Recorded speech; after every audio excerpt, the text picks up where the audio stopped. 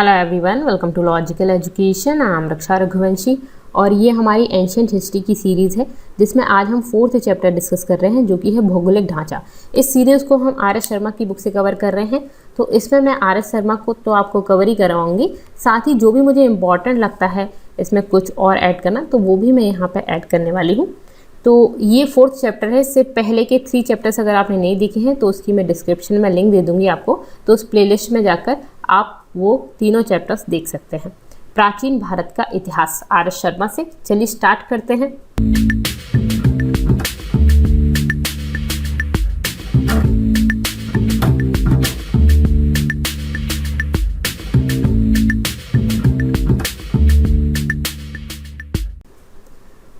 आप मुझे Telegram, Instagram और फेसबुक पर फॉलो कर सकते हैं। यहाँ पर आपको मेरी वीडियोस की पीडीएफ मिल जाएंगी। इंस्टा पर आप मुझसे क्वेश्चंस भी कर सकते हैं। और अगर आपने अभी तक चैनल को सब्सक्राइब नहीं किया है तो आप इसको सब्सक्राइब कर लीजिए, जिससे मेरे नेक्स्ट वीडियोस की अपडेट आपके पास आ जाए। और अगर आपने चैनल को सब्सक्राइब कर लिया है फिर भी आपके पास नोटिफिकेशन नहीं आता है तो उसके लिए आपको बेल आइकन पर क्लिक करना होगा। तो वहाँ पर सब्सक्राइब के पास में ही एक बेल बटन होता है घंटी का, जिसको आप क्लिक करेंगे तो मेरे वीडियोस की नोटिफिकेशन, जो भी मैं वीडियो अपलोड करती हूँ उसका नोटिफिकेशन आपके पास पहुँच जाएगा। चलिए बात करते हैं बिना टाइम वेस्ट किए हुए भारत का भौगोलिक इतिहास। तो यहाँ पे आपको ज्योग्राफी दिख रही है, ठीक है। तो अब आप बोलोगे कि मैम हिस्ट्री पढ़ा रहे हो, ज्योग्राफी पे कहाँ से आ गए? तो हम ज्योग्राफी नहीं पढ़ा रहे हैं, बट हम यहाँ पे ज्योग्राफी के साथ मिक्स करके हिस्ट्री को पढ़ेंगे, जिससे कि आपको समझ आए कि किस तरह का भारत था, कैसे बना और क्यों वहाँ पे मानसून इस तरह का था, मानसून के क्या फ़ायदे थे, नदियों के क्या फ़ायदे थे, हिमालय का क्या फ़ायदा था, किस तरह की बस्तियाँ किस जगह पे क्यों हुई, ठीक है, और कैसे कैसे बस्तियाँ बनी। ये सब चीज़ें आपको इसी वजह से समझ आ पाएंगी। तो चलिए सबसे पहले तो मैं बात कर रही हूँ बहुत ही पुरानी 4 करोड़ वर्ष पहले की बात, मतलब आज की बात नहीं है, यहाँ से बहुत पुरानी बात है। तो क्या आपको यहाँ पे इतना ज़्यादा ध्यान करना है? तो नहीं, इतना ज़्यादा आपको इस चीज़ को टेंशन लेने की ज़रूरत नहीं है, ये तो आपको ज्योग्राफी में पढ़ाया जाएगा। अभी मैं आपको सिर्फ इतना बता रही हूँ कि ये हुआ करता था पहले इस तरह की दुनिया। तो इस तरह की दुनिया से भी पहले क्या था, ये पूरा का पूरा एक ही था। ये लॉरेशिया और जो गोंडवाना आपको अलग अलग दिख रहे हैं ना, ये अलग अलग ना होके एक ही थे। फिर क्या हुआ कि लॉरेशिया और गोंडवाना 2 अलग अलग पार्ट में टूट गए। इस लॉरेशिया को क्या बोला जाता है? उत्तरी बृहत महादेश। उत्तर में है तो उत्तरी, ठीक है, बृहत मतलब बड़ा, महादेश, ठीक है, उत्तरी बृहत महादेश। इसी तरह से ये गोंडवाना दक्षिण में है तो दक्षिणी बृहत महादेश बोलते हैं। तो ये लॉरेशिया और गोंडवाना आपस में टूट गए। ये हम अर्थ की बात कर रहे हैं, ये अर्थ है पूरी अपनी, और उसमें ये प्लेट्स हैं। तो ये गोंडवाना और लॉरेशिया आपस में टूट गए। फिर गोंडवाना क्या हुआ, ये और टूट गया। अब ये और टूटा तो ये किस किस पार्ट में टूटा? तो यहाँ अंटार्कटिका, अफ्रीका, अरब, दक्षिणी अमेरिका, ये आपको दिख रहा है, ये सब जो है वो गोंडवाना लैंड का पार्ट है। इसमें एक और पार्ट था, क्या था वो? भारत। ये जो दिख रहा है आपको ये भारत है। अगर आप इसको अच्छे से देखें तो ये देखिए, ये साउथ वाला रीजन है। इस तरह से यहाँ पे आपको गुजरात, महाराष्ट्र, मतलब कि इसमें अगर हम हिमालय को और हिमालय का ये नॉर्थ ईस्ट वाला पार्ट अगर हम जोड़ दें तो हमें ये बिल्कुल पूरा भारत ही नज़र आएगा, ठीक है। तो भारत इसका पार्ट था गोंडवाना लैंड का। तो ये 1 लाइन में क्वेश्चन भी पूछा जाता है कि भारत किसका पार्ट है? तो गोंडवाना लैंड का पार्ट है। ओके, फिर क्या हुआ, ये टूटने के बाद ये इस तरफ उत्तर की तरफ बढ़ा, ये है टेथिस सी। अब क्या हुआ, ये उत्तर की तरफ बढ़ता गया और बाद में ये जो लॉरेशिया है, ये जो उत्तरी बृहत महादेश है, इससे जाके टकराया। उत्तरी बृहत महादेश से जाके टकराया और क्या हुआ, टकराने पर ये प्लेट्स हैं बेसिकली, तो एक प्लेट दूसरे के ऊपर चली गई, मतलब ओवरलैप कर गई। दोनों प्लेट्स आपस में जाके टकराई तो एक ऊपर चली गई, एक नीचे चली गई, इस तरह से हुआ। तो यहाँ पे हिमालय का निर्माण हुआ। देखिए आप देखो इसको, ये इस तरह से गया और ये निर्माण हुआ। तो इस तरह से ये देख रहे हैं आप, नॉर्थ में जा रहा है, जाते जाते इस तरह से टकराएगा और यहाँ पे इसका हिमालय का निर्माण हो गया। तो हिमालय भी आपको दिखेगा कि 4 पार्ट्स में, बीच में ऊंचा है, फिर नीचे होता गया, फिर नीचे होता गया, ठीक है। तो हिमालय को हम कभी जब ज्योग्राफी पढ़ेंगे तब और डिटेल में पढ़ेंगे। तो मेन बात ये है कि इस तरह से भारत का निर्माण हुआ और ये बहुत ही पुरानी बात है, जब एक दिन में नहीं हुआ, ये करोड़ों सालों में बन के इस तरह का हुआ। ये प्रोसेस चलती रही बहुत टाइम तक। अब जब बहुत टाइम तक चलती रही तो यहाँ पे हिमालय हो गया और 3 साइड से समुद्र। यहाँ देखिए ये 3 साइड से समुद्र और ऊपर जो है वो हिमालय पर्वत है।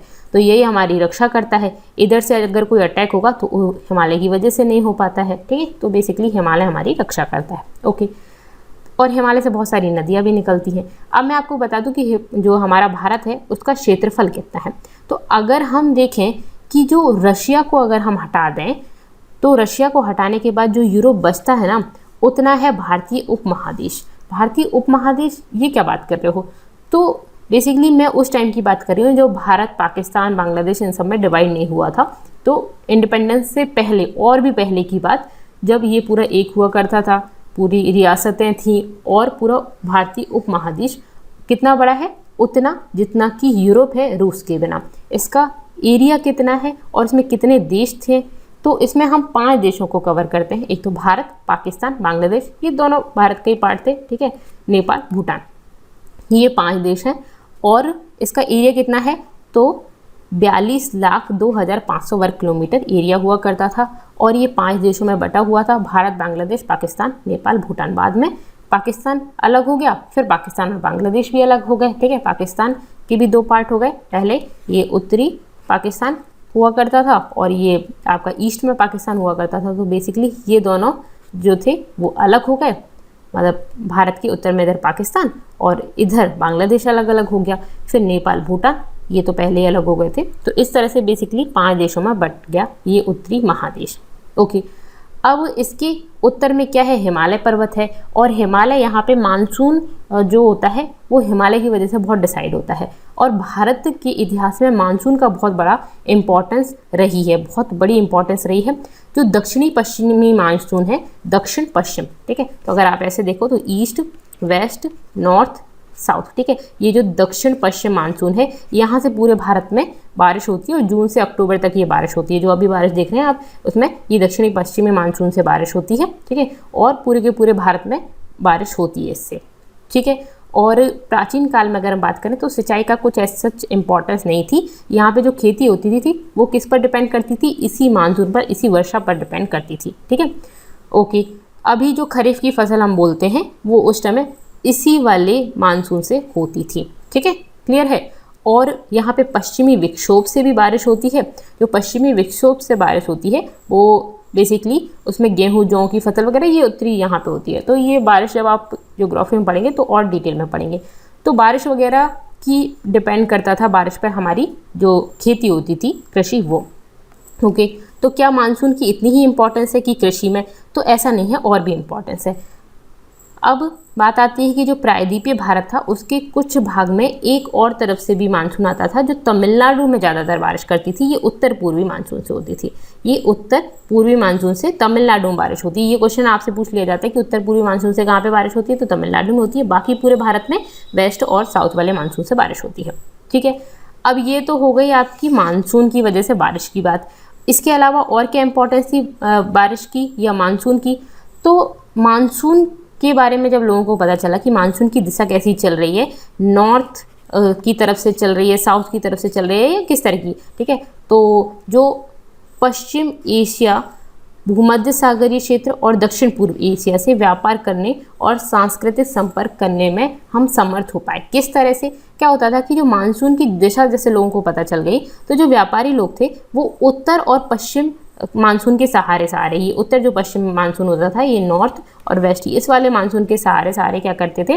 पश्चिम एशिया, भूमध्य सागरीय क्षेत्र से चलकर भारत और दक्षिण पूर्व एशिया की तरफ आ जाते थे, ठीक है। ये दक्षिण पूर्व एशिया की तरफ आ जाते थे इस साइड से चलकर लोग। फिर बाद में क्या होता था? उत्तर पूर्वी मानसून चलता था तो उसके सहारे वापस लौट जाते थे। तो इस तरह से लोग आने लग गए, जाने लग गए। तो फिर क्या हुआ? हमने व्यापार किया। तो ये जो मानसून का लोगों को ज्ञान हुआ, उसकी वजह से व्यापार, किस तरह से हम सक्षम हो पाए व्यापार करने में, ठीक है। तो इसी वजह से कि मानसून की दिशा पता चल गई, तो इस मानसून के सहारे आ रहे हैं और इधर वाले मानसून के सहारे चले गए, ठीक है, क्लियर है। तो भारत उत्तर में हिमालय से ढका हुआ है, ठीक है, हिमालय है उत्तर में, और बाकी 3 दिशाओं में क्या है? समुद्र है। ओके, ठीक है। तो बेसिकली इस मानसून से इधर चल के आ गए और इससे फसल हुई। तो एक तरफ तो उत्तर है, बाकी 3 दिशाओं में क्या है? समुद्र है, और ये हमारी रक्षा करता है। अब लोग इधर से उधर आते कैसे थे? हिमालय तो इतना बड़ा है, तो कहीं ना कहीं इसमें कुछ तो रोड वगैरह तो होती नहीं थी उस टाइम पे, तो जाने का कोई रास्ता होगा। हिमालय पे इतना चढ़ के आते थे तो नहीं, दर्रों की हेल्प से आते थे। तो मैं आपको हिमालय के बारे में थोड़ा बता दूं। हिमालय साइबेरिया से चलकर मध्य एशिया को पार करने वाली उत्तर ध्रुवीय ठंडी हवाओं को रोकता है।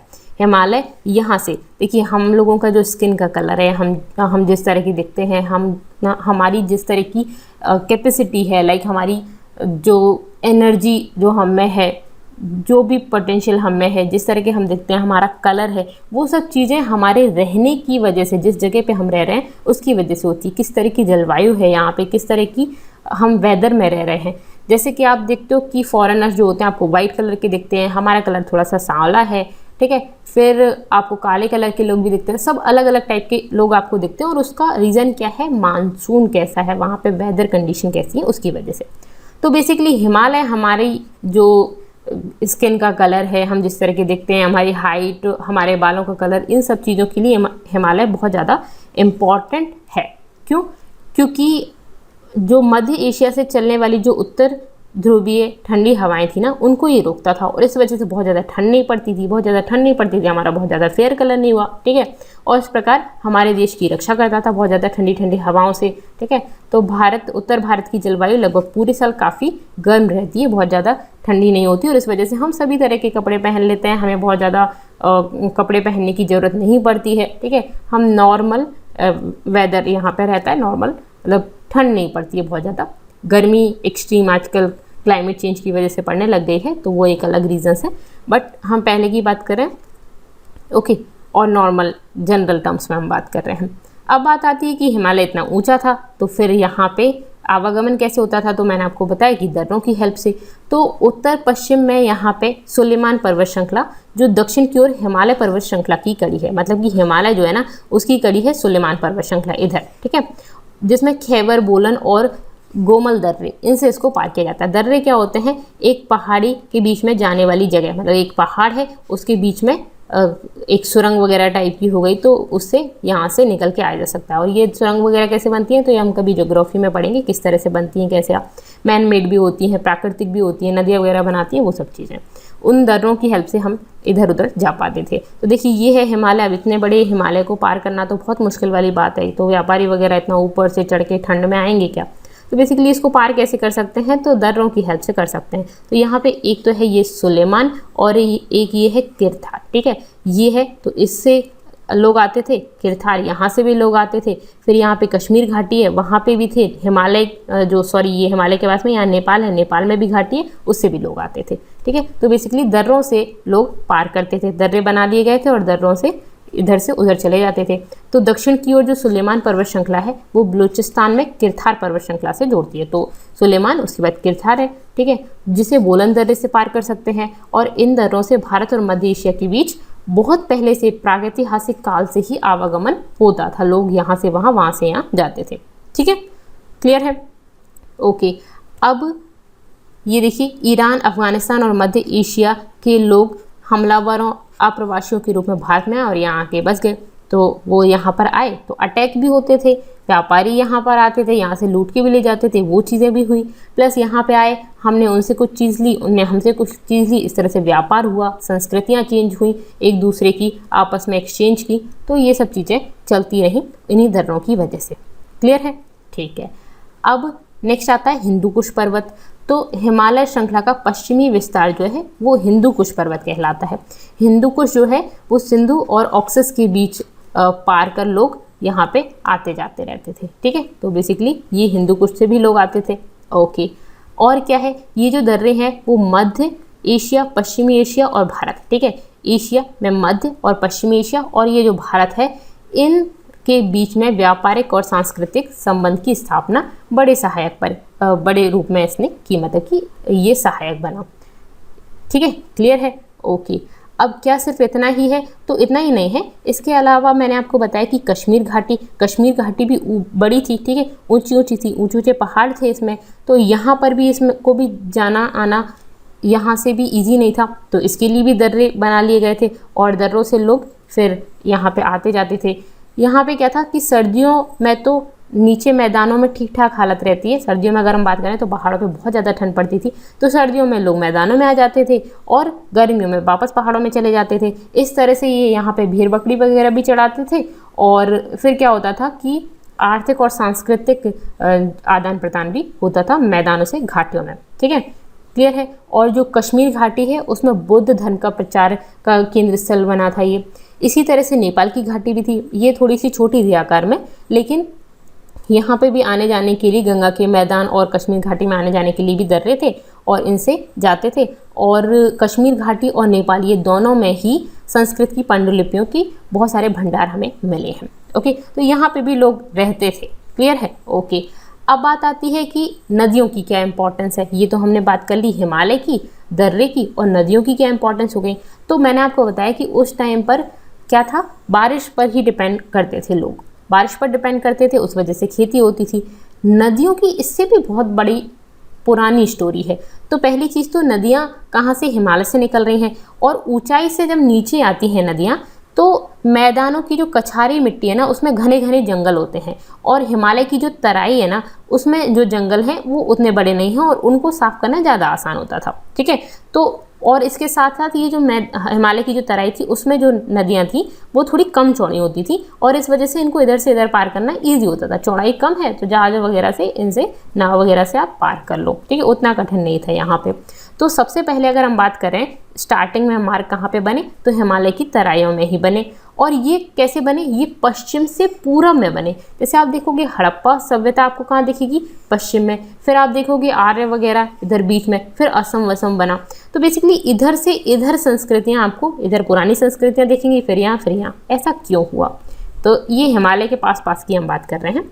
तो सबसे पहली चीज़ तो नदियों का क्षेत्र कहाँ पे है, तो नदियाँ हिमालय से निकली हैं, फिर ये सिंधु का मैदान है, फिर सिंधु गंगा जल विभाजक, फिर गंगा की घाटी, फिर ब्रह्मपुत्र की घाटी। तो बिल्कुल ये इसी तरह से वेस्ट टू ईस्ट वाले ऑर्डर में मैंने लिख रखी है। तो पूर्व से जैसे जैसे आप पश्चिम से जैसे जैसे आप पूर्व की ओर बढ़ते जाते हैं वैसे वैसे जो वार्षिक वर्षा है वो भी 25 सेंटीमीटर से 250 सेंटीमीटर तक पहुंच जाती है। मतलब कि अगर हम बात करें वेस्ट में, राजस्थान वाला एरिया देख लीजिए, वहाँ पे वर्षा बहुत कम होती है, तो वार्षिक वर्षा करीब 25 सेंटीमीटर। फिर जैसे जैसे आप असम वाला एरिया देख लीजिए, मेघालय वाला एरिया देख लीजिए, तो वहाँ पर वर्षा ज़्यादा होती है। तो अगर हम वर्षा की बात करें तो वेस्ट टू ईस्ट बढ़ती जाती है, और ये भी नदियाँ भी आपकी वेस्ट टू ईस्ट ही लिखी हुई हैं। तो यहाँ पे हम इसमें डायग्राम में देखते हैं। ये देखिए यहाँ पे सबसे वेस्ट में आपको दिखेगी इंडस सिंधु नदी। ठीक है, ये सिंधु नदी तंत्र है। ओके, सिंधु का मैदान। फिर उसके बाद यहाँ पे आपको दिखेगी गंगा यमुना, इनका तो गंगा वाला मैदान हो गया, सिंधु और गंगा का जल विभाजक वाला केंद्र हो गया ये। ठीक है, उसके बाद ये आपका गंगा का मैदान हो गया।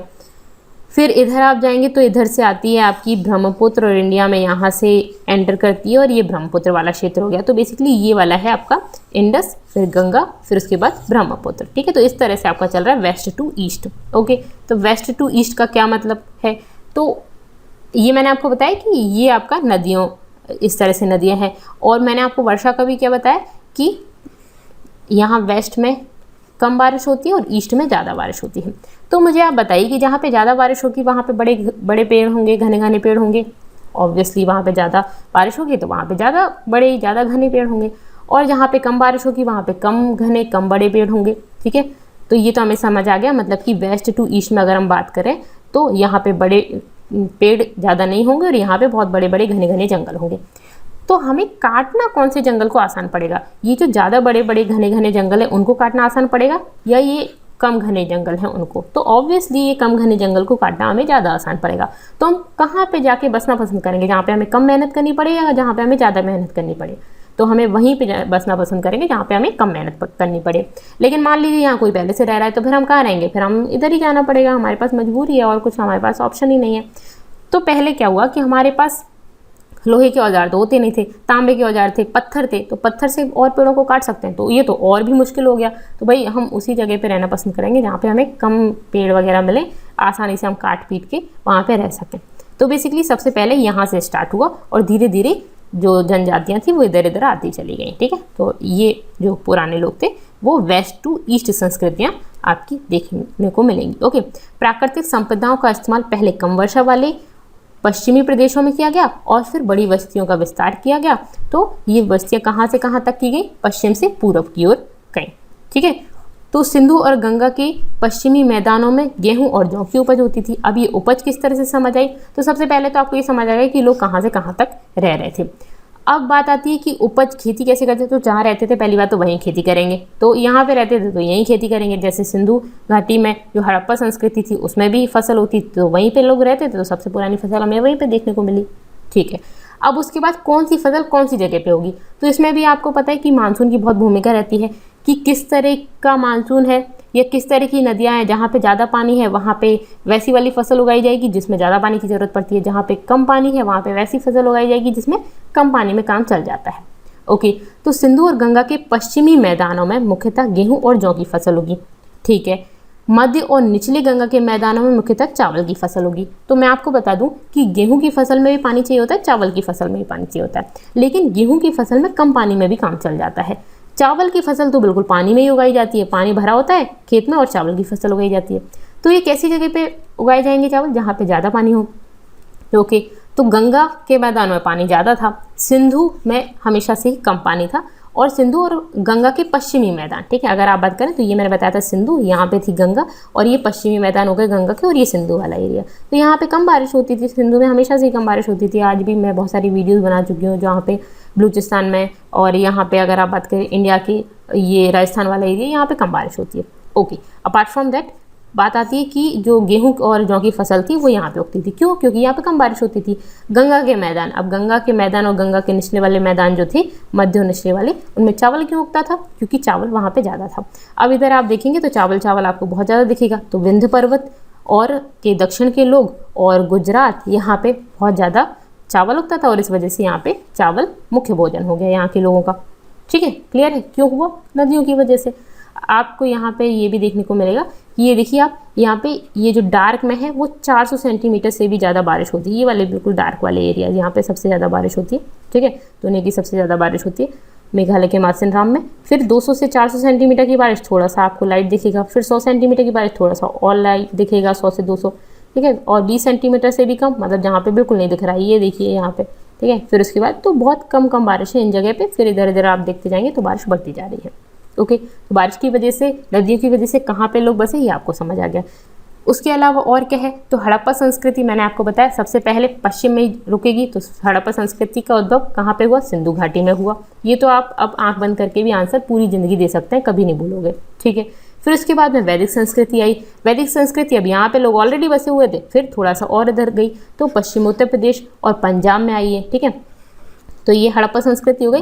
फिर उसके पास में जो पश्चिम उत्तर प्रदेश है और पंजाब है, यहाँ पे आई। ठीक है, वैदिक संस्कृति। फिर ये आपको दिख गया यहाँ पे हड़प्पा संस्कृति पूरे में। ठीक है, हड़प्पा बहुत बड़ी में थी एरिया में, अभी आपको पता चल जाएगा। ठीक है, फिर उसके बाद पंजाब और पश्चिमोत्तर में ये वाली आई। फिर उसके बाद पश्चिमी गंगा घाटी में वैदिकोत्तर, वैदिक के बाद वैदिकोत्तर संस्कृति आई। तो पश्चिमी गंगा घाटी में, फिर अब बात हो गई सिंधु की। सिंधु के बाद दूसरा नंबर किसका आ रहा है? पश्चिम, मतलब कि जो गंगा है, गंगा का पश्चिमी वाली जगह। ठीक है, तो पश्चिमी गंगा घाटी में वैदिकोत्तर संस्कृति आई। अब यहाँ तक जो हड़प्पा संस्कृति के लोग थे, तांबा वगैरह यूज़ करते थे, यहाँ पे क्या हो गया? लोहे के औजार भी इनके पास आ गए। तो लोहे के औजार आ गए तो क्या फ़ायदा हुआ कि भाई अब तो हम जंगल काट सकते हैं, आसानी से काट सकते हैं। ठीक है, तो इन्होंने जंगल काटना स्टार्ट कर दिया, और काटते काटते आज ऐसी हालत हो गई कि ऑक्सीजन की भी ज़रूरत पड़ रही है हमें। तो उस टाइम पे काटना ज़रूरी था। ठीक है, लेकिन अब हम बसते जा रहे हैं, पैदा करते जा रहे हैं बच्चे, और लोहा का इतना यूज़ कर लिया कि पेड़ पूरे काट दिए। ठीक है, तो इस तरह से ये चीज़ है कि लोहे पर उस टाइम पे वो आश्रित थे, और उन्होंने यहाँ पे जंगल काटे और वो बस गए।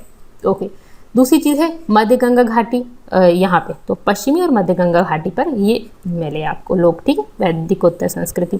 उसके बाद फिर कहाँ पे? तो पश्चिमी और मध्य, उसके बाद आ गई निचली गंगा घाटी। तो निचली गंगा घाटी और उत्तरी बंगाल वाला एरिया जो है वो गुप्त युग में बसा। तो इधर से इधर आते जा रहे हैं हम। पहले हम थे सिंधु में, फिर उसके बाद थे हम पश्चिमी गंगा घाटी में, फिर उत्तर और निचली गंगा घाटी में। मतलब गंगा भी बहुत बड़ी है ना, तो ये यहाँ पे लोग मिले, तो उत्तरी बंगाल के आसपास लोग आपको मिले। फिर उसके बाद आता है कहीं नंबर असम का जो ब्रह्मपुत्र घाटी, पूरी की पूरी जो ब्रह्मपुत्र घाटी है वो उसके बाद आपको देखने को मिलती है। क्यों? क्योंकि पेड़ बड़े बड़े थे, बहुत घने घने जंगल थे, लोहे के आविष्कार हुए, फिर इधर से इधर आते गए हम लोग। बारिश भी बहुत ज़्यादा होती थी यहाँ पे तो अभी भी इतनी बारिश होती है कि साल में 6 महीने वहाँ पर बारिश ही होती रहती है। ठीक है, इधर असम साइड। ओके, असम में बहुत कम, मेघालय वगैरह में ज़्यादा बारिश होती है। ओके, उसके बाद प्रमुख शक्तियाँ इन घाटियों और मैदानों पर प्रभुत्व पाने के लिए आपस में लड़ती रहीं। अब भाई जितनी दिल मांगे मोर वाली चीज़ होती है कि तुम्हारे पास, तुम गंगा की घाटी में रह रहे हो, तुम्हारे पास ज़्यादा अच्छी फसल होती है, तुम्हारे नदियों की बॉर्डर है अच्छी खासी, तो ये मैदान और जो घाटियाँ हैं, हम यहाँ पे रहें तो हमारी फसल ज़्यादा अच्छी होगी। तो उस चीज़ के लिए लोग लड़ते रहते हैं। तो पहले भी यहाँ पे लड़ते रहते थे लोग। ओके, इनमें भी ये शक्तियाँ गंगा यमुना के जो दोआब क्षेत्र था उसके लिए लड़ती रही थी, उनके बीच में संघर्ष होते रहे थे। ठीक है, फसल वगैरह अच्छी होती थी, फिर धातुएं वगैरह भी मिल गई एट लास्ट, तो उस वजह से भी इन लोगों के बीच में लड़ाइयाँ होती रहीं। नदियों पर्वतों में राजनीतिक और सांस्कृतिक सीमाओं का काम किया था। ये जो नदियाँ और पर्वत थे, नदियों ने, देखिए आप देखेंगे अभी आपको पता चलेगा थोड़ी देर बाद ही, अगर आपको नहीं पता तो नदियों के पास में जाके लोग बसते थे। ये हमने देखा कि सिंधु के पास में, क्योंकि पानी चाहिए रहने, जीने, खाने के लिए, पीने के लिए पानी चाहिए आपको, ठीक है, फसल के लिए भी पानी चाहिए। तो बेसिकली हम कैसी जगह पे रहेंगे जहाँ पे हमें पानी मिल जाए, ठीक है। उसके अलावा हम एक और चीज़ देखते हैं कि अभी अगर हमसे बात की जाए तो पानी तो हमें हर जगह मिल जाता है, तो फिर हम कौन सी जगह पे रहना पसंद करेंगे जहाँ पे सड़क वगैरह हो, ठीक है। पहली चीज़ तो हमारी पानी है और पानी हमें मिल गया अगर, तो फिर हम दूसरी चीज़ क्या देखेंगे कि भाई आवागमन की सुविधा हो, सड़कें वगैरह हों जहाँ से हम इधर उधर जा सकें, व्यापार कर सकें। तीसरी चीज़ हम देखेंगे सेफ्टी हो, ठीक है। फिर चौथी चीज़ देखेंगे धातुएं वगैरह मिले हमें, ऐसा थोड़ी जंगल में जाके रहने लग गए यहाँ पे कुछ मिल ही नहीं रहा, तो सब चीज़ें चाहिए भाई। तो सब चीज़ें चाहिए तो हम कैसी जगह पे रहेंगे, सड़क वगैरह हो जहाँ से हम चीज़ें आसानी से मंगा सकें। तो पहले क्या सड़कें थी? नहीं थी। तो पहले आवागमन वगैरह या जो चीज़ें आती थी वो किससे आती थी? नदियों वगैरह से आती थी। तो नदियों के किनारे लोग रहते थे, ओके। तो जितनी अच्छी अच्छी राजधानियाँ आपको मिलेंगी पुरानी, वो सब नदियों के किनारे थी। इवन आज की डेट में भी हम देखेंगे तो बड़े बड़े शहर नदियों के किनारे आपको दिखेंगे, ओके। दूसरी चीज़ पर्वत भी बॉर्डर का काम करते थे और दूसरी जगह के लोग यहाँ पे अटैक नहीं कर पाते थे। हिमालय पर्वत की बात की, हमारे आसपास के जो राजा वगैरह जो थे छोटे छोटे प्रदेशों में बटे हुए थे, वो भी इस चीज़ का फ़ायदा उठाते थे, ओके। तो राजनीतिक और सांस्कृतिक सीमाओं का इन्होंने काम किया था नदियों और पर्वतों ने। तो भारतीय प्रायद्वीप के पूर्वी भाग में समुद्र तटवर्ती प्रदेश, मतलब कि जो पहले कलिंग था, अगर आज की हम उड़ीसा की बात करें तो पहले एक इसका नाम क्या था? कलिंग देश था। तो आपको पता है कि अशोक ने कलिंग युद्ध किया था, बहुत सारे लोग मरे थे, इसको जीतना बहुत मुश्किल था। तो क्यों मुश्किल था भाई? क्यों? क्या बाकी सब में के पास कुछ नहीं था क्या? तो नहीं, ऐसा नहीं था। कलिंग को जीतना इसलिए मुश्किल था क्योंकि उसके पास में यहाँ बॉर्डर्स बनी हुई थी, ठीक है। तो यहाँ पे उत्तरी सीमा जो थी वो महानदी थी और दक्षिणी सीमा जो थी गोदावरी। अब नदियों को पार करना, इधर की सेना इधर आना, वो भी इतना इजी नहीं होता। तो बेसिकली जब इस तरह की बॉर्डर अगर देश के आसपास रहती है तो उसको आसानी से आप वहाँ पे नहीं जा सकते, ठीक है। तो इस वजह से कलिंग को जीतना मुश्किल था। तो बेसिकली ये है कि लोग कहाँ पे रहना पसंद करते हैं? जहाँ पे आसपास की सेफ्टी टाइप की बॉर्डर हो जाए। इधर से इधर जाना भी मुश्किल है, इधर से इधर जाना भी मुश्किल है। अटैक भी करोगे तो सामने वाले को पता चल जाएगा कि अरे ये लोग अटैक करने वाले हैं, नदी के किनारे हैं, चलो अपन भी चल जाते हैं। तो ये इजी हो जाता था, ठीक है, इनको ट्रैक कर पाना। उसके बाद आंध्र प्रदेश के उत्तर में गोदावरी नदी है और दक्षिण में कृष्णा नदी है।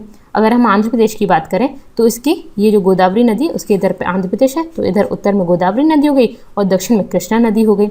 इन दोनों नदियों के मुहाने के मैदान को ईसवी सन के आरंभ काल में ऐतिहासिक महत्व मिला, मतलब कि स्टार्टिंग ईस्वी में इसको ऐतिहासिक महत्व मिला जब सातवाहनों के शासनकाल में यहाँ अनेक नगर और बंदरगाह स्थापित हुए।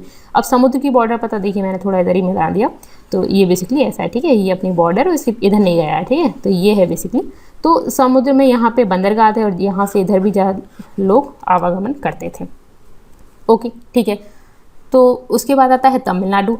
तमिलनाडु जो आप देखेंगे तो कृष्णा नदी और गोदावरी नदी से घिरा हुआ है। तो कृष्णा नदी इसके उत्तर में और गोदावरी नदी कृष्णा नदी और कावेरी नदी, गोदावरी तो यहाँ पे है, ठीक है।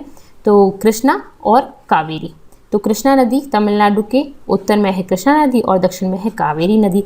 तमिलनाडु भी दो पार्ट में डिवाइड कर दिया। दो पार्ट में किस तरह से डिवाइड कर दिया?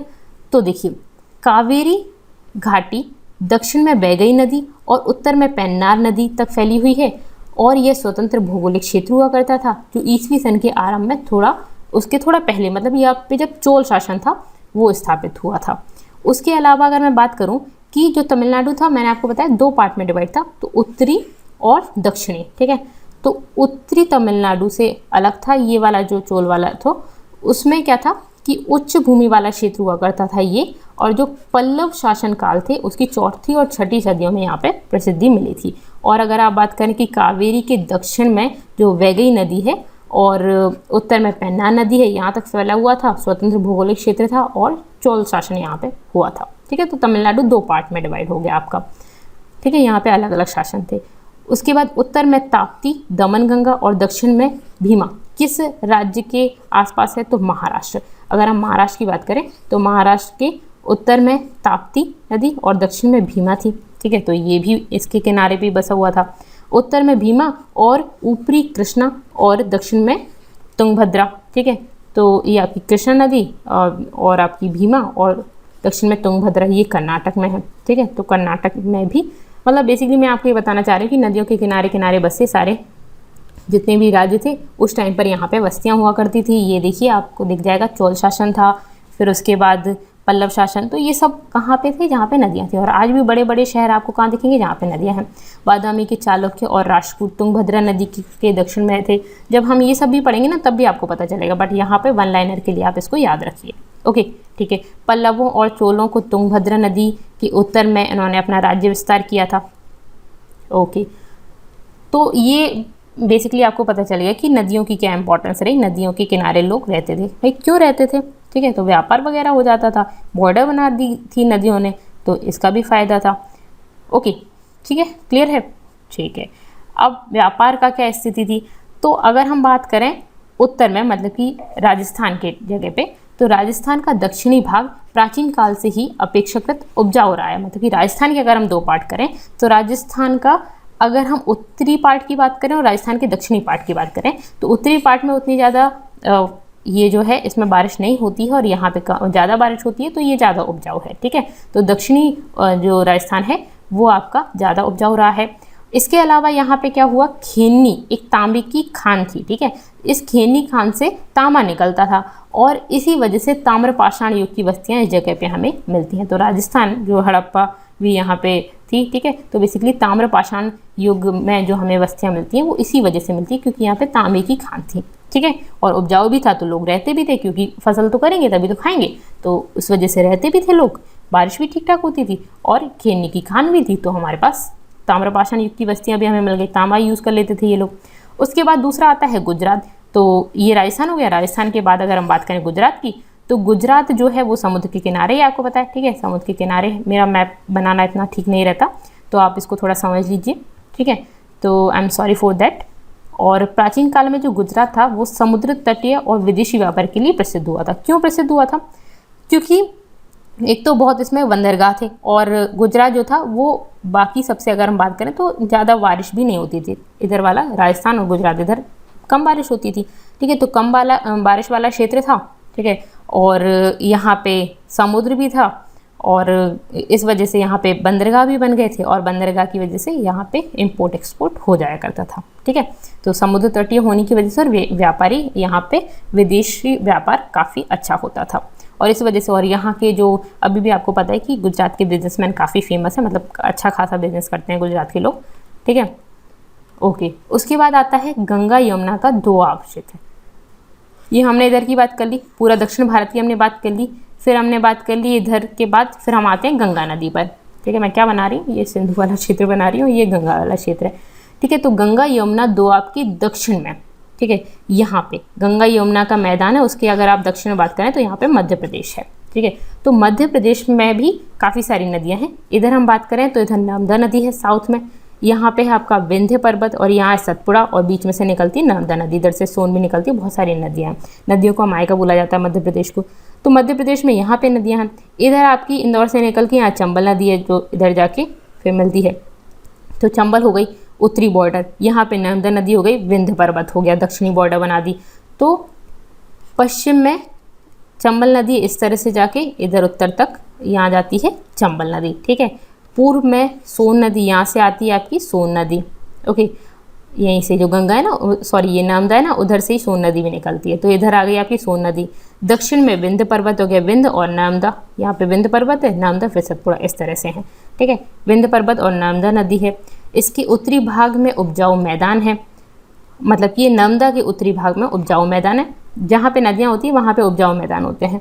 ठीक है, पूर्वी भाग को गुप्त वंश के समय में ईसा की 4वीं और 5वीं सदियों में ऐतिहासिक महत्व मिला था। इसका मध्य प्रदेश को अगर हम दो पार्ट में डिवाइड करें तो इसका ये जो पूर्वी भाग है और इधर पश्चिमी भाग है, तो यहाँ पे जो पूर्वी भाग था उसमें गुप्त वंश के टाइम पर ये फेमस हुआ था, ऐतिहासिक महत्व मिला। और पश्चिमी मध्य प्रदेश को ईसा पूर्व 6वीं सदी के ऐतिहासिक क्रियाकलापों का क्षेत्र, मतलब कि इसको 6वीं सदी में इम्पोर्टेंस मिली। ठीक है, मध्य प्रदेश को।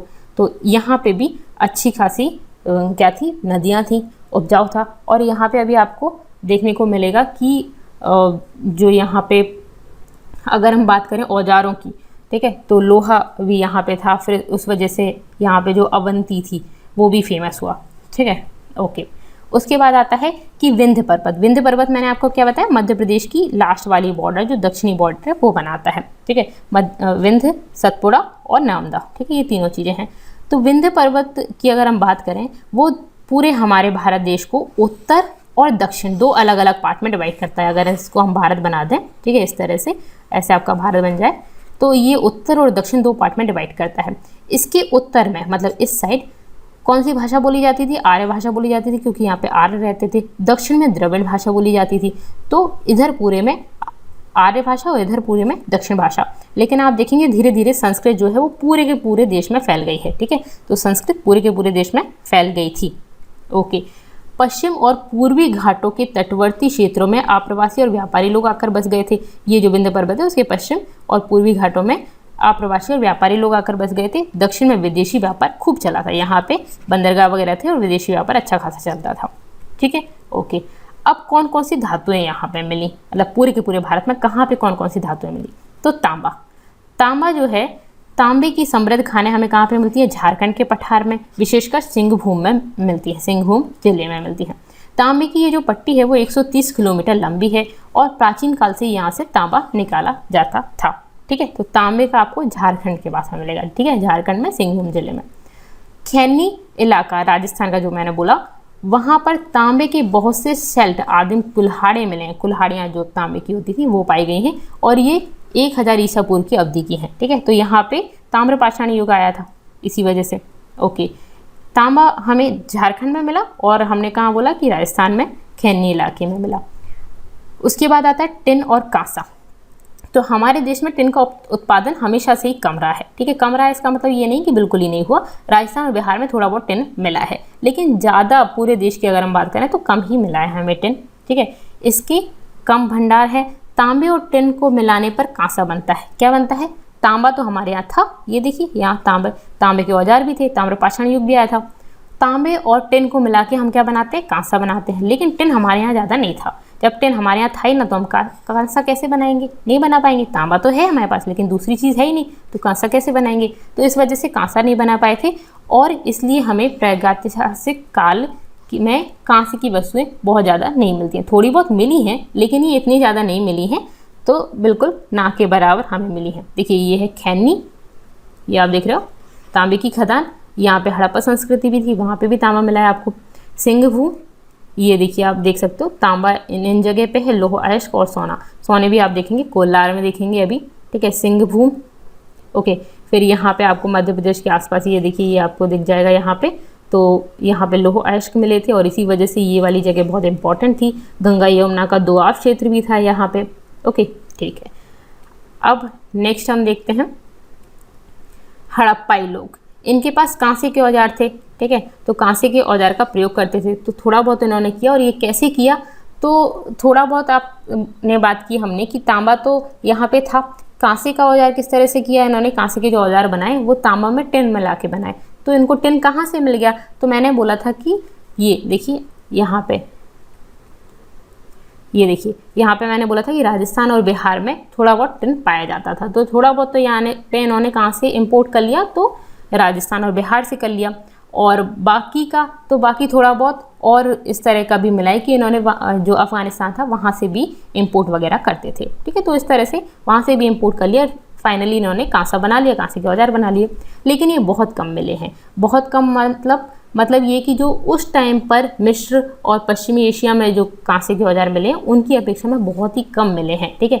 वहाँ पे टिन यूज़ किया जाता था और यहाँ पे नहीं किया जाता था। अगर टिन का यूज़ ये लोग कांसा बनाने में करते भी थे ना, तो बहुत ही लिमिटेड मात्रा में। मतलब कि हमारे पास दो धातु हैं, एक अच्छी मात्रा में और एक कम मात्रा में। तो जब कम मात्रा में हम उसको बहुत कम मिलाएंगे, ठीक है। तो ये बेसिकली था, कम मात्रा में यूज़ करते थे। फिर उसके बाद क्या हुआ, ईसवी सन के आरंभिक टाइम में क्या हुआ, भारत का संपर्क हुआ बर्मा और मलय द्वीप, जो मलेशिया वाले द्वीप हैं उनके साथ, ठीक है। तो इस साइड की बर्मा और मलय द्वीप जो है, मतलब इंडिया को अगर हम ऐसे बना दें तो, ठीक है। तो ये जो मलय द्वीप और आपके वर्मा है उन लोगों के साथ संपर्क हो गया। अब जब हमारी किसी के साथ फ्रेंडशिप हो जाती है तो हम उससे क्या करते हैं, भाई तू हमारी चीज़ें ले ले, हमें तेरी चीज़ें दे दे, और इस तरह से हम अपना आपस में काम चला लें। तो इन लोगों के पास टिन बहुत सारा था, तो इन्होंने क्या किया, हमें दे दिया और हमने कांसे के औजार बना लिए, उसका इस्तेमाल करने लग गए, ठीक है। ओके, उसके बाद आती है लोह अयस्क की बात। लौह अयस्क हमने किस तरह से यूज़ किया, तो लौह अयस्क में भारत बहुत समृद्ध था, अच्छा खासा लोहा था हमारे पास। तो ये कहाँ कहाँ मिला है, झारखंड, पूर्वी मध्य प्रदेश, कर्नाटक, इन सभी पे मिला है आपको लौह अयस्क। मध्य प्रदेश में मिला है गंगा यमुना का जो जगह थी वहाँ पे, और इसी वजह से ये काफ़ी समृद्ध रहा। जंगल को साफ करने और गहरी नियमित खुदाई करने, उसकी वजह से खेती कर पाएँ हम, ठीक है। तो जंगलों को साफ कर पाएँ, गहरी खुदाई कर पाएँ और नियमित खेती कर पाएँ, इसके लिए हमें क्या ज़रूरत थी, ऐसी किसी धातु की ज़रूरत थी जो अच्छे से वार कर सके, ठीक है, पेड़ों पर भी और जो बंजर ज़मीन है उस पर भी, मतलब बेसिकली ज़मीन को खोद भी सकें हम। तो इस सब चीज़ों के लिए हमें क्या तांबा और कांसा अच्छे से यूज़ कर सकते थे, तो नहीं, वो तो इतना अच्छा काम नहीं कर रहे थे, ना ही पत्थर कर पा रहे थे इतना अच्छा काम।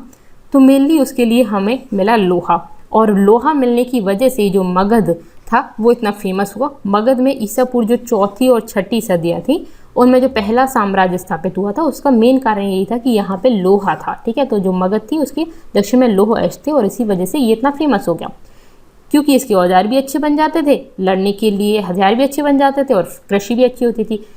तो आप ज़मीन को, पेड़ों को काट सको तो क्या होगा, कृषि अच्छी हो जाएगी, ठीक है। उसके बाद आपको लड़ने के लिए लोहे, एक पर्सन लोहे के औजारों से लड़ रहा है और एक पर्सन पत्थर के हथियारों से लड़ रहा है। जैसे कि आज देख लो ना कि मेरे पास सिर्फ मारने के लिए तलवार है और सामने वाले के पास गन है, तो गन वाला ज़्यादा अच्छे से जीत जाएगा। तो बेसिकली वही वाली चीज़ थी, ठीक है। तो ये काफ़ी अच्छा साम्राज्य बना उसके बाद। उसके अलावा अवंती वहाँ पर भी था, तो अवंती भी इसी वजह से इतना फेमस हुई थी, ठीक है। ओके, वहाँ पे भी लोहा था, क्लियर है, ठीक है। और एक और बात बता दूं मैं आपको, जो तांबा हमने सबसे पहले यूज़ किया था ना, ताम्रपाषाण युग आया था, और ये सबसे पहले यूज़ हुई थी और पहली धातु थी, इसीलिए ये बहुत पवित्र मानने लग गए। और जो हम अपने जो धार्मिक अनुष्ठान वगैरह करते हैं उसमें भी ताम्रपत्र का यूज़ करते हैं, ठीक है। तांबे वगैरह के भगवान भी हम लेते हैं, ओके। उसके बाद सातवाहनों ने आंध्र और कर्नाटक में लौह अयस्क का इस्तेमाल किया था, इसीलिए ये भी बहुत फेमस हुए, ठीक है। फेमस इन द सेंस मतलब कि इन लोगों का वर्चस्व रहा, मतलब ये लोग बाकी लोगों से जीत गए क्योंकि इनके पास आधुनिक हथियार थे, ठीक है। वही हम बात करते हैं कि अमेरिका की आर्मी इतनी अच्छी है या चीन की आर्मी ज़्यादा अच्छी है, उनके पास ज़्यादा अच्छे अच्छे हथियार वगैरह हैं, हमारे पास नहीं है, तो हम कैसे लड़ेंगे, तो वही वाली चीज़ हो जाती है, ओके। उसके बाद शीशा कहाँ पे यूज़ किया गया, तो यहाँ ये आंध्र प्रदेश में शीशा बहुत ज़्यादा मिला, और इसी वजह से सातवाहनों ने बड़ी संख्या में शीशे के सिक्के चलाए। कौन चलाएगा, कैसे सिक्के, जो धातु जिसके पास होगी वो उसी का तो चलाएगा, तो शीशे थे इनके पास, तो इसलिए उन्होंने इसके सिक्के चला दिए, ठीक है। तो आंध्र प्रदेश में शीशा मिला और इसी वजह से सातवाहनों ने बड़ी संख्या में इसके सिक्के जारी किए, ओके। उसके बाद बात आती है चांदी की, तो चांदी वेरी वेरी इंपॉर्टेंट। हमारे देश के सबसे पहले के सिक्के जो हमें मिले वो, उन्हें आहत बोलते हैं, आहत सिक्के या पंचमार्ट बोलते हैं, ये चांदी के सिक्के थे। हमारे देश के सबसे पहले के सिक्के जिन्हें आहत या पंचमार्ट बोलते हैं वो चांदी के सिक्के थे, ठीक है। तो आपको इस नाम से भी आ सकता है, आहत, पंचमार्ट। तो ये बेसिकली सिक्के हैं चांदी के। देश में ये धातु बहुत ही कम मिलती है, ऐसा तो नहीं है कि बहुत ज़्यादा मिले, लेकिन फिर भी ये हमें कहीं कहीं पे मिलती है। तो प्राचीन काल में मुंगेर जिले की खड़गपुर पहाड़ियों में चांदी की खानें हमें मिली हैं, ठीक है। बिहार में मिले पुराने आहत जो हैं मतलब सिक्के, वो बेसिकली चांदी के, आहत सिक्के किसके, चांदी के, ये आपसे पूछा जाता है, क्लियर है। तो चांदी इतनी ज़्यादा तो नहीं मिली, बट कुछ कुछ जगह पे मिली है, ये आप याद रखिएगा, ओके। उसके बाद बात आती है सोना की, तो सोना हमें कहाँ मिला, तो सोने की बड़ा अच्छी चीज़ है कि हमें कहाँ से मिला, तो ये सोना कर्नाटक की कोलार खानों में मिलता है, ओके। उसके अलावा सोने का सबसे पुराना अवशेष 1800 ईसा पूर्व के आसपास कर्नाटक के एक नवपाषाण युगीन स्थल में था। नवपाषाण युग का जो स्थल था उसमें मिलता है। पाषाण युग भी 3 पार्ट्स में डिवाइड है, ठीक है। तो नवपाषाण युग जो था उस स्थल में मिलता है, इसको भी हम पढ़ेंगे, ओके, क्लियर है, ठीक है। और इसके अलावा सोना कहाँ मिला, तो हिमालय से जो नदियाँ बहकर आती हैं, तो मैंने आपको बताया था कि हिमालय बहुत ऊंचाई पर है, वहाँ से जब नदियाँ नीचे गिरेंगी तो ऊंचे से नीचे एकदम से बहुत तेज़ी से गिरेंगी, ठीक है। जिस जगह पे गिरी फिर वो फ्लैट ज़मीन हो गई तो धीरे धीरे धीरे बहने लग जाती हैं। तो ऊपर से नीचे आती हैं और जब फ्लैट ज़मीन पे आ जाती हैं, तो क्या करती हैं, या ऊपर से नीचे जो अपने साथ मलबा वगैरह जो मिट्टी वगैरह लेके आती हैं उसको यहीं छोड़ देती हैं और फिर यहाँ से बह जाती हैं, ठीक है, क्लियर है। तो ये होता है बेसिकली, और इसी वजह से बाढ़ वगैरह भी आती है। तो अपने साथ ये क्या करती थी, सोने की चीज़ें लेके आती थी, स्वर्ण कण लेके आती थी, सोने के पत्थर या सोने की छोटे छोटे से कण लेके आती थी। ये क्या करते थे, सोने के कण नदी की धाराओं के साथ आते थे और फिर ये जो नदी के जो जमाव बनता था, उस जमाव, इसको क्या बोलते हैं, प्लेसर्स बोलते हैं, ठीक है। यहाँ पर ये इसको छोड़ के नदियाँ चली जाती थी और हम इनमें से ये बीन लेते थे सोने के कण, ठीक है। वे हिमालय की जलधाराओं में बहकर मैदानों तक आते थे और वहाँ से हम इनको बीन लेते थे, ठीक है। क्लियर है? ठीक है, ओके। तो ये बेसिकली सोना है और सोने की इंपॉर्टेंस हमारे यहाँ कितनी ज़्यादा है। तो ये बेसिकली सोना हमें कहाँ कहाँ से मिला, कौन कौन से टाइम पे मिला, ये पढ़ लिया हमने। कौन कौन सी धातु, चांदी, सोना, तांबा, टिन, ये सब हमने पढ़ ली, कब और कहाँ से मिले। ओके, ठीक है। तो ये बेसिकली हमारा पूरा हमने 4th चैप्टर कंप्लीट किया। आपको कैसा लगा ये मुझे बताइएगा, और आपको पसंद आया तो इसको लाइक कर दीजिए, अपने फ्रेंड्स के साथ शेयर कर दीजिए। अगर आपने अभी तक नहीं किए हैं तो सब्सक्राइब कर लीजिएगा। Thank you so much, thanks for watching.